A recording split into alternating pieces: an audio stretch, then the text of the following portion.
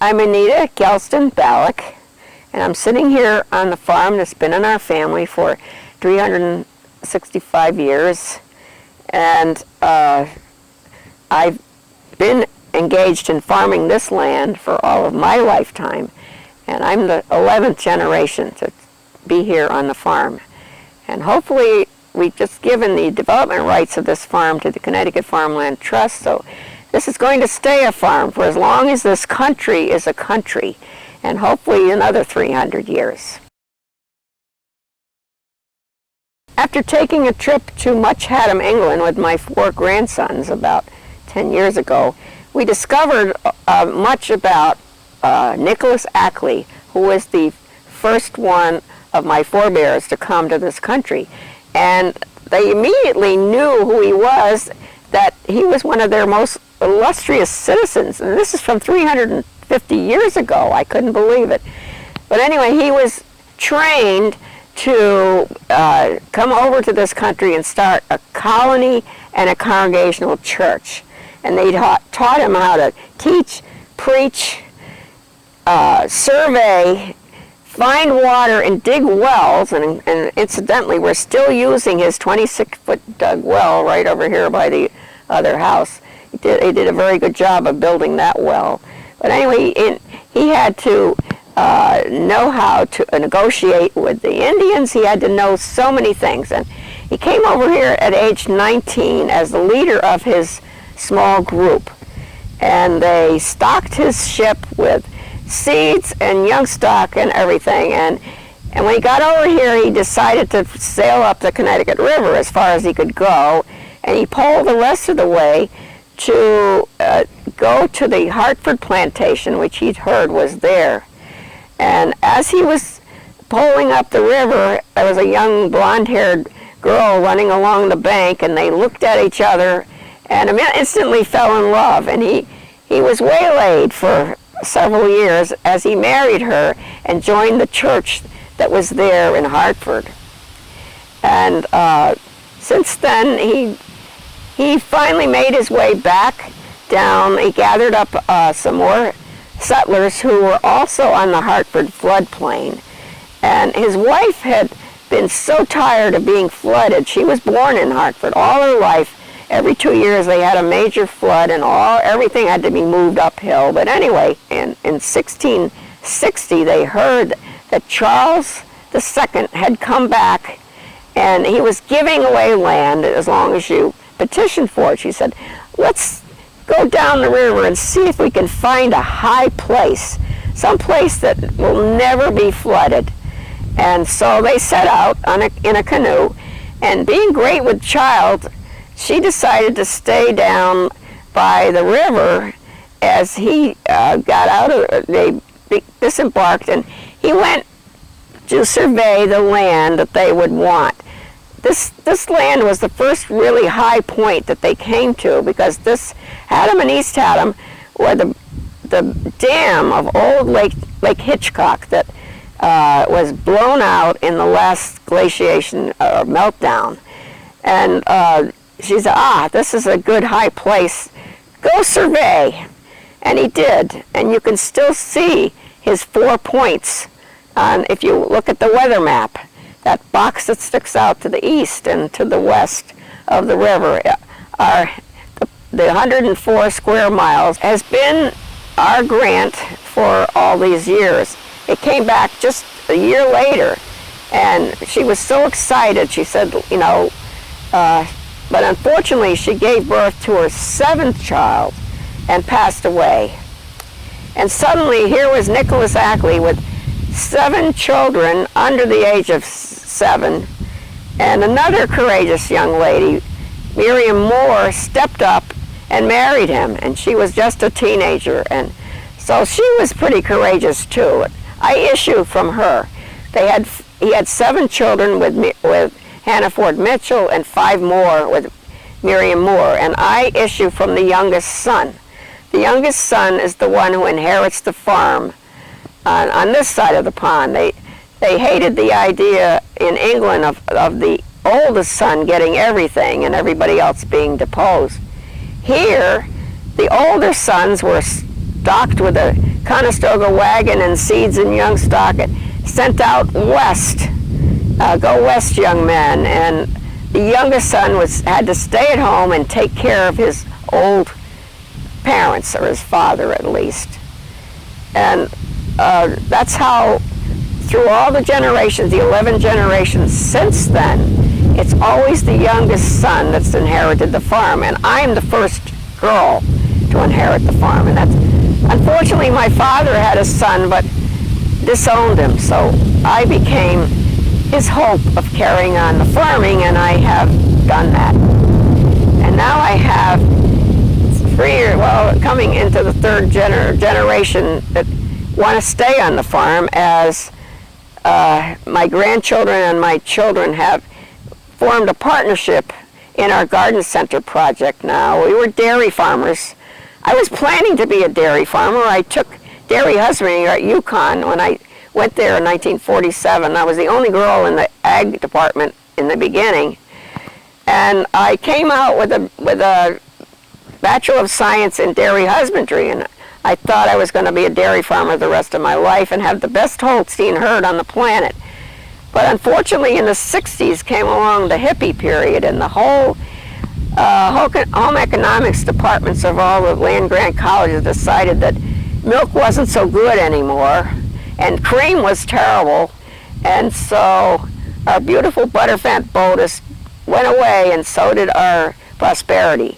And that's when we serendipitously, I started a 4-H club in 1965 with my oldest son, and from that grew this whole business that now feeds 8 families. And if we were dairy farmers, I suppose we'd have a hard job even feeding one family, because the dairy farming in East Haddam has not been prosperous for many, many generations now. But anyway, here we are at this farm, and it will be preserved for forever, I hope, for any of my progeny to carry on an agricultural enterprise. It was probably 1933 or even early 1934. I can't remember exactly because I was only 3 and a half or 4. My father decided to take me down. He was delivering hay to William Gillette, and William knew that my father had a young child. He said, "Why don't you bring your little daughter down and I'll give her a ride on my train?" So the next time he delivered hay, he brought me, and he was trying to tell me that Mr. Gillette was going to give me a ride on his train, and I didn't know anything from anything. Train? I have never been on a train. But anyway, we got there, and he immediately gathered me up and sat me on his lap. He was sitting on driving the train, so my father got on in the back, and immediately I squirmed and squeaked and squealed and didn't want to sit on his lap. And my father kept saying, "Sit still, Nita, sit still." And the more I squirmed and squealed, the tighter William Gillette held on to me, and his beard was kind of scraping my neck, and I could smell the tobacco because he had his pipe, and I didn't like the smell of tobacco. So I really wasn't a good girl. I squealed and squirmed mostly the whole time. The funnest time was when we stopped on the little bridge between the ponds, and he had a little bag of food, and he was calling the carp, the fish, and they were jumping out of the water. He was calling them by name, and then he had me throw the food, and it was so much fun. Now, that was the most fun part of the whole ride. Well, we finished the bag of food, and we continued on, and we went all through his Grand Central Station, it went all around the park. It was really beautiful. And it was a bright, cheery day, and the wind was blowing, and I did sit still for a little while, I guess. And then we came down to the river, right through Grand Central Station, and the train turned rather sharply to the right, and before I knew it, we were hanging over the river. There used to be a cantilevered track that hung over the edge of the river, the cliff that was there. And at the end of it, there was a little gazebo where there was room to get out of the train. And he picked me up, and he leaned over And here I was hanging over the railing, and I was frightened, and I'm screaming, you know, and my father kept saying, Nita, it's all right, sit, you know, be nice. And because the swirling water seemed to be right below us. That was the channel of the river at the time. Maybe it's still there, I don't know. But anyway, we finally, okay, so he got up, and he still hung tightly to me, and he turned his head and looked back and started backing the train along the river. And they backed right over into Grand Central, and then he had this turntable where suddenly the train was there, and it turned all the way around, and we came back to where we started. And I still didn't want to sit in his lap anymore, and I was really getting tired of being tugged on so tightly. So when we got to the end of the ride, he let me loose, and I went back to Dad. I want to go home. And of course, they'd never asked, William Gillette never asked me again to come ride in his lap. And my father sternly talked to me all the way home how I should have been a good girl, and he would take me many times because he said he would. And no, Daddy, no, I don't want to go. And that was the end of my trips with William Gillette.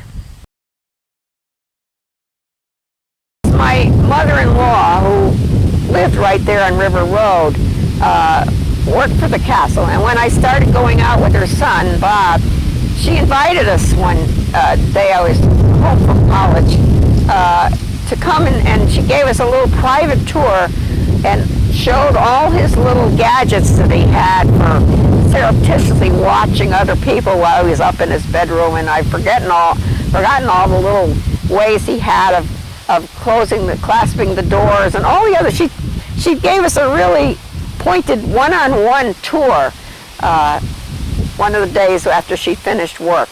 So I did get a good tour of that castle, and subsequently we have had many garden club meetings, and we have taken care of the conservatory. We brought plants for Christmas parties. So Ballek's Garden Center has been involved not only in the gardens outside, but also with the trimming of the inside. So I know the castle pretty well.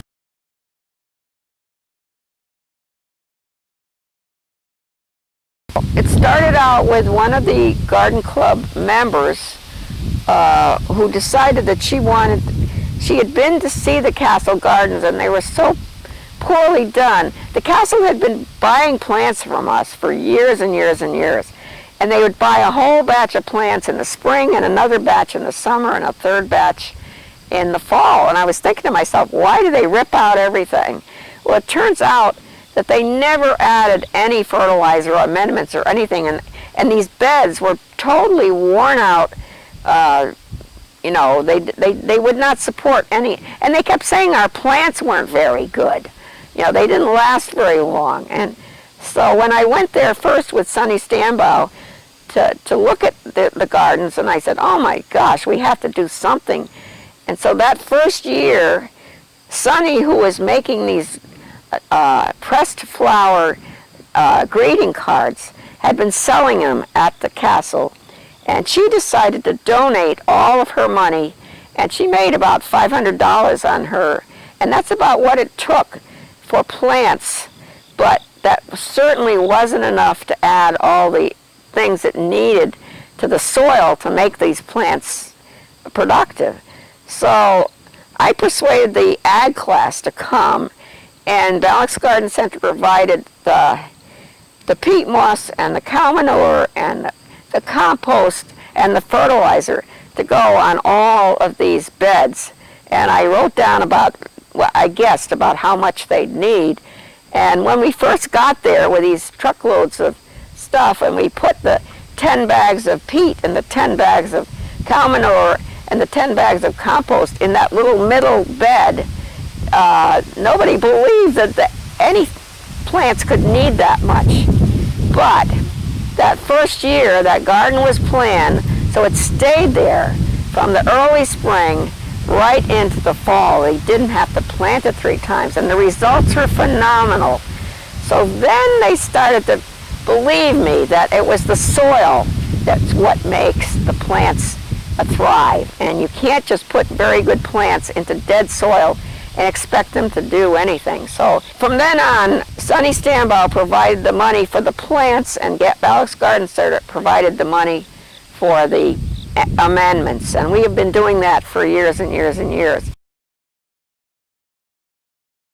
My dad was friendly with everybody, and he was also friendly with his Japanese caretaker. And my father had, in 1941, had a stroke, so he was very ill all during the war. And when he heard that they'd taken him away, he was very, very upset, because he said he was such a fine man. And you know, most old Yankees were pretty bigoted, but if you're a fine character, it doesn't matter if you have a Japanese face or a black face or a brown or yellow or anything. He just thought he was a wonderful man, and he was so afraid that the government had treated him like they treated all of the Japanese out on the West Coast. But fortunately, he was not put in a concentration camp, I heard later, so that was okay. But I remember my father being so upset that he cried. And I never saw my father cry before. But he said, they can't take that man away. You know, he's done nothing wrong, and I'm sure he never would. He was such a fine man.